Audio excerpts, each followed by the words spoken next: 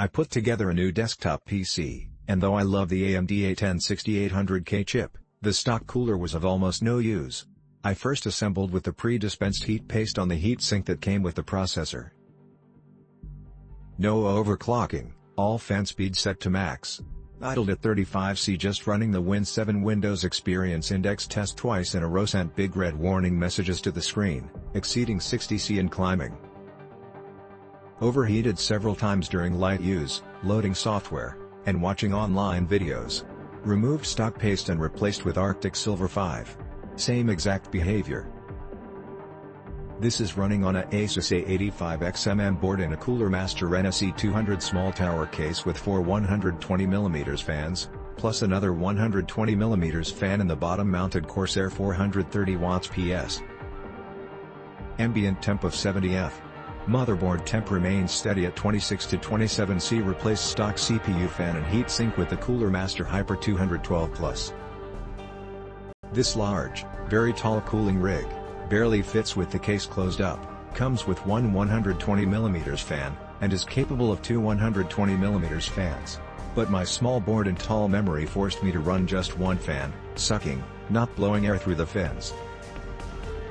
CPU now idles at 30°C, and extended flat-out CPU loading with burn-in cannot get CPU temp above 43°C.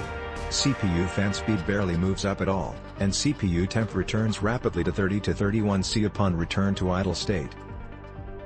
The mostly graphical install instructions cover so many CPU types and so many languages, that it folds out like an old-fashioned interstate road map.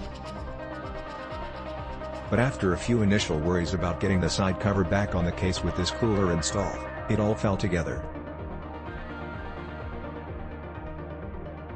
My case was a big help in that removing the side panel behind the motherboard exposed the back side of the board enough to make installing the cooler's backing plate a snap, and both side panels bulge outward half an inch or so, which helped with the top of the cooler just clearing the side cover. The plastic fan mounting clips were great. Fan clicks securely in place. Some earlier reviews mentioned a wire mounting clip that was a problem. Seems the manufacturer took notice and improved on that. I had to remove the clips and reverse them to change the airflow direction. Took just seconds.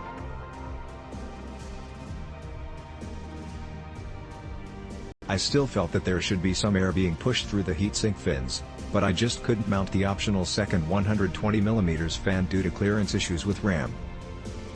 So I mounted a spare 80mm fan to the front side of the fins with 4 quick dabs of hot glue. Worked great. After some further testing, I opted to remove 2 of the 4 120mm case fans just to reduce the overall fan noise. Now running just as cool and a lot quieter. Would highly recommend this cooler if your case will handle it, and if you're comfortable removing your motherboard to install the backing plate, if need be. My computer used to sound like a jet engine with a stock cooling fan that came with my CPU and constantly ran at over 75°C without overclocking. This thing is whisper quiet by comparison, and now with the CPU overclocked X19 it has never hit over 64°C under load. The mounting X thing for the heatsink was a little off for my Mobo, but I may have to blame my own old motherboard for that. The only other thing that may be problematic for some would be the size of this thing. On my particular Mobo I had to move the RAM from slots 1 and 3 to slots 2 and 4.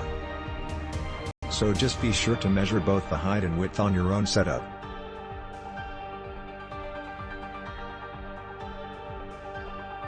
Click link in description for more reviews.